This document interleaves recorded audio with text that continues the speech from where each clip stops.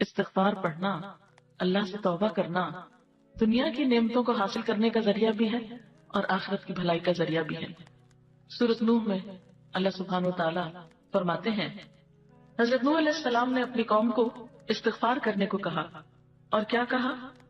فَقُلْتُ اسْتَغْفِرُوا رَبَّكُمْ، میں نے اپنی قوم سے کہا کہ اپنے رب سے استغفار کرو، اپنے رب سے معافی مانگو۔ تو نتیجہ کیا ہوگا؟ إِنَّهُ كَانَ غَفَّارًا، بے شک وہ بہت زیادہ معاف کرنے والا ہے۔ يُرْسِلِ السَّمَاءَ عَلَيْكُمْ مِدْرَارًا، تم پر آسمان سے خوب بارشیں برسائے گا، آسمان کو تم پر برسنے والا بنا دے گا۔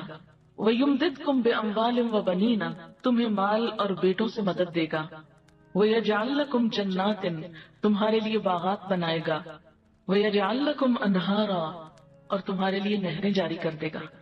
آپ دیکھیں کہ ایک انسان کی خواہش کیا ہوتی کہ اس کو کیا کچھ ملے، یعنی رہنے کا مقام اور حالات جو ہیں وہ پرسکون ہو، پھر اس کے بعد یہ کہ مال ہوں، بیٹے ہوں، باغ ہوں اور زندگی کی اور آرائشیں اور نعمتیں ہوں۔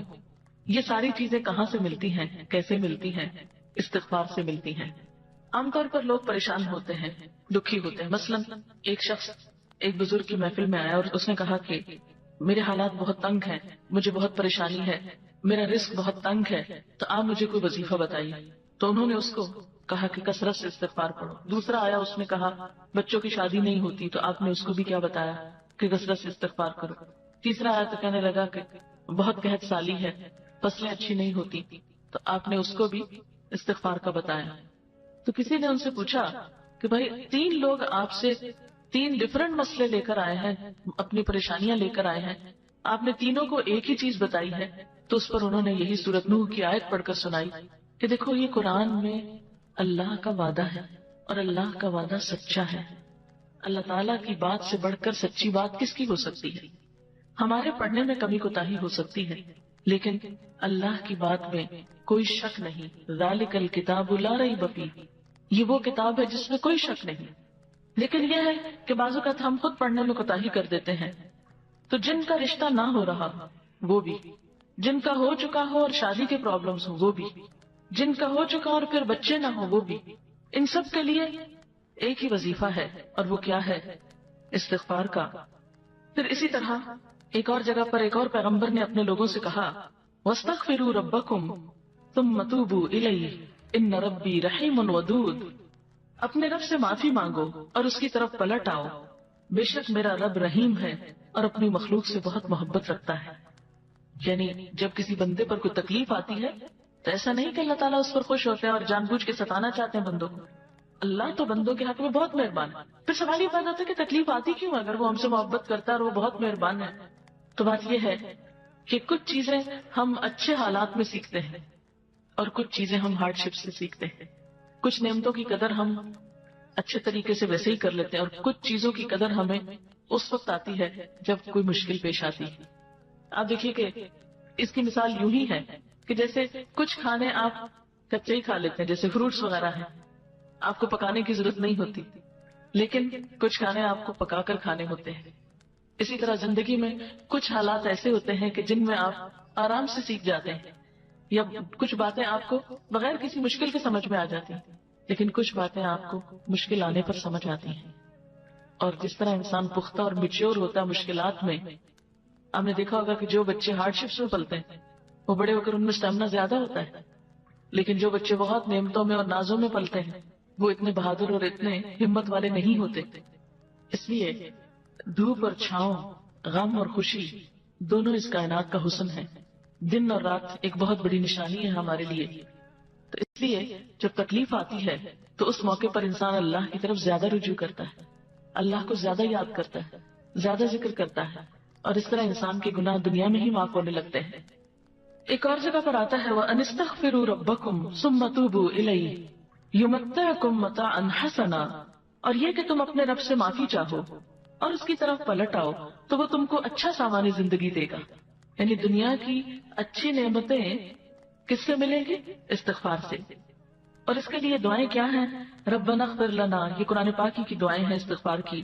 ربنا اغفر لنا ذنوبنا واسرافنا فی امرنا وثبت اقدامنا، ایک اور دعا ہے ربنا آمنا فاغفر لنا وارحمنا وانت خیر الراحمین. پھر اسی طرح ربنا ظلمنا انفسنا وان لم تغفر لنا وترحمنا لنكونن من الخاسرین انت ولینا فاغفر لنا وارحمنا وانت خیر الغافرین. پھر اسی طرح ربنا فاغفر لنا ذنوبنا وکفر عنا سیئاتنا وتوفنا مع الابرار. پھر اسی طرح رسول اللہ صلی اللہ علیہ وسلم نے بھی کچھ ایسی دعائیں سکھائی ہیں جو استغفار کا ذریعہ ہیں. رب تقبل توبتی واغسل حوبتی واجب دعوتی وثبت حجتی واہد قلبی وسدد لسانی واسلل سخیمۃ صدری. رب اغفر لی وتب علی انک انت التواب الغفور.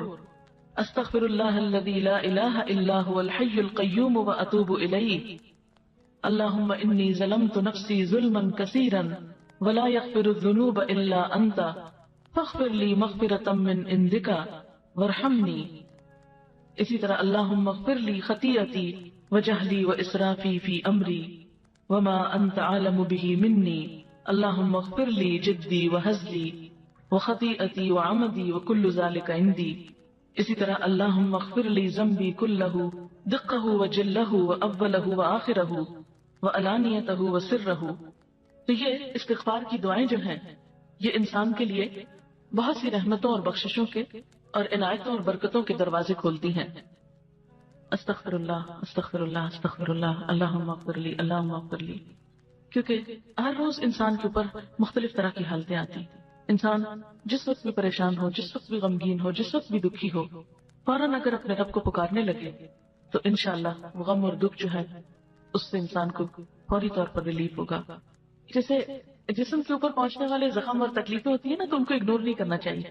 مثلا اگر کہیں کٹ لگ گیا تو آپ اس کو ایسے نہیں چھوڑیں گے، اس پر کوئی دوا لگائیں گے، کوئی پٹی لگائیں گے، یا اس کو صاف کریں گے، یا اس کو مرچوں سے، صابن سے، اس طرح کی چیزوں سے بچائیں گے تاکہ وہ بڑھے نہیں.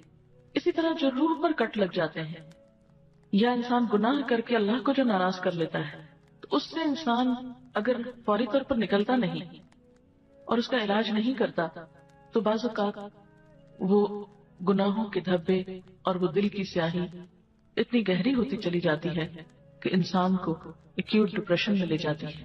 اور بعض اوقات پھر اس کے لیے بڑی بڑی دوائیاں اور بڑی بڑی دوائیں اور دعائیں بھی کام نہیں کرتی. اس لیے انسان کو ہر روز کثرت کے ساتھ استغفار ویسے بھی کرنا چاہیے. اس لیے ہم دیکھتے ہیں کہ اللہ کے رسول صلی اللہ علیہ وسلم جو معصوم تھے، گناہوں سے پاک تھے، جن کا کوئی گناہ بھی نہیں تھا، وہ دن میں 70 سے 100 بار استغفار کرتے تھے. اور آپ سے بڑھ کر مصروف بھی کوئی نہیں تھا. ہم تو یہ کہہ سکتے ہیں نا کہ ہم کیا کریں، ہمیں تو وقت ہی نہیں ملتا، نماز پڑھیں یا یہ بچوں کو سنبھالیں یا کون سا کام کریں کون سا نہیں کریں، کس وقت یہ تسبیحاں پڑھیں. ٹھیک ہے، ضروری نہیں کہ آپ کسی کونے میں بیٹھ کے لمبی تسبیح پڑھیں. آپ اٹھتے بیٹھتے چلتے پھرتے باتوں میں گفتگو میں کسی کی سنتے وقت دل میں آپ استغفار کثرت سے پڑھ سکتے ہیں. جب آپ سے پوچھا گیا کہ آپ کے تو گناہ نہیں پھر بھی آپ اتنی استغفار پڑھتے تو آپ نے فرمایا افلا اکون عبدا شکورا، کیا میں اللہ کا شکر گزار بندہ نہ بن جاؤں؟ شکر گزاری تو ویسے ہی اللہ تعالیٰ کو پسند